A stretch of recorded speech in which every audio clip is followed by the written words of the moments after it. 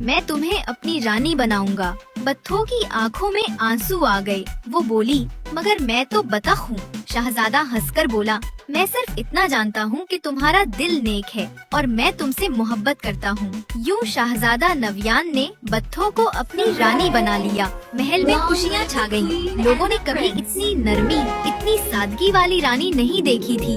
शहजादा बत्थों से बेअंतहा मोहब्बत करता था। वो उसे हमेशा मुस्कुराता देखना चाहता था, मगर बत्थों के दिल में एक अनजाना सा गम छुपा रहता। एक दिन शहजादे ने नरमी से पूछा, बताओ, तुम क्या चाहती हो?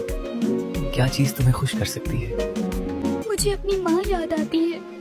मेरी आंखों के सामने जादूगरनी ने उन्हें मार डाला और मैं कुछ भी ना कर सकी।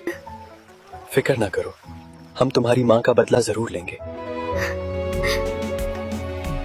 अगले ही दिन शहजादे ने अपनी फौज को हुक्म दिया कि जादूगरनी को गिरफ्तार करके महल लाया जाए। सिपाही गए और जादूगरनी को कैद करके महल में पेश किया। तूने मेरी बतखों की माँ को कत्ल किया, उसे दुख दिया। अब तू सजा से नहीं बच सकती।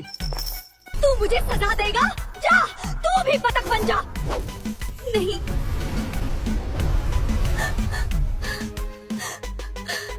ये नहीं हो सकता।